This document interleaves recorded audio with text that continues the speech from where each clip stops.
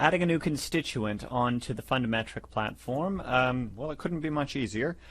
We're just going to start off by actually logging in. I'll be doing this through my ABC demo account here. So just a quick email address and password will get you logged in. And here we go. So this is the main dashboard. I'm going to go straight onto the Constituents tab across the top.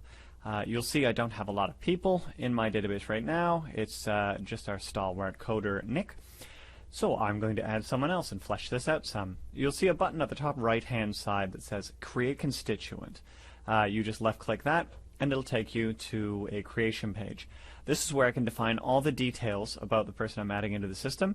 As you can see, I can choose whether or not this is a person or an organization, maybe a company or a foundation that's donating. For now, I'm going to choose a person.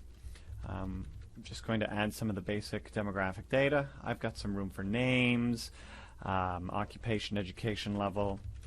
We're just going to continue along and add these things as they apply.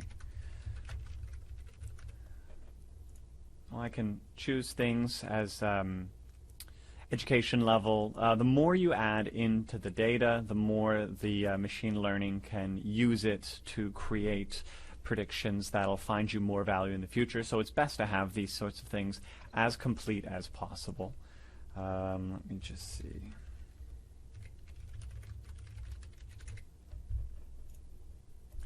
Email and phone number, always a good thing to have. As you can see, a lot of these things are just fill in the blank or drop down when relevant. If I want to choose a birthday, I'll have to select it off the calendar. Let's say. There, a Halloween baby. These are some contact preferences. Green mean that they are fine to be contacted in that method. By clicking it, I can toggle it and disable. Let's say they don't want to be phoned and they don't want to be sent any post. So we're going to be sticking digital because digital is the future. This is simply a flag to say whether or not the constituent is deceased, evidently. Here I can add any sorts of tags that I want. Perhaps this is an employee of the company, so I can add that tag. They're not, however, so I'll leave it be. An address. Now, I might want to have an address even though they want to be contacted in that method so that I can split things up based on geographic region, if I'm tracking some donations, things like that. So it's always a good idea. There we go. I've just done some of the autocomplete things, but you can fill these in the interest of speed. It's just done. I'll have to select country first before I can select province.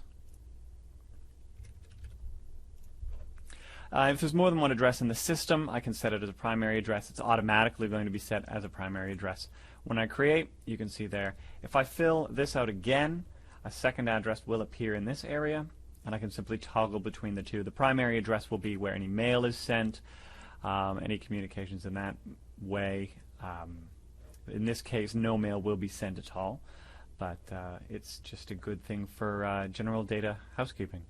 So then we just hit create. Now let's say the reason that I've done this is because there's a donation. Here's the main page for the constituent. You'll see all the contact information I put in is here. If there's any relationships like a spouse, I can add that in. Simply toggle the wrench button here. Right, I can add a relationship on, say they're married to a handsome customer support specialist. Who knows? Any of the tags, if I feel I missed one, I can add again here. And you'll see this is almost kind of a card that has some of the basics. I'll have a total donation across the lifetime, across how many donations right here. So I can quickly see how much this constituent has raised in the past.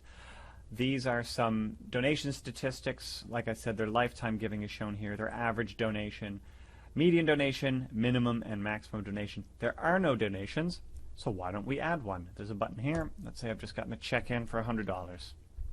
That came in today. If I had campaigns, I could assign it to a campaign so I can track the type of success I've had with my various outreach. There's none in the system right now. We'll create some of those in another video. Down at the donation type, this is going to be a check.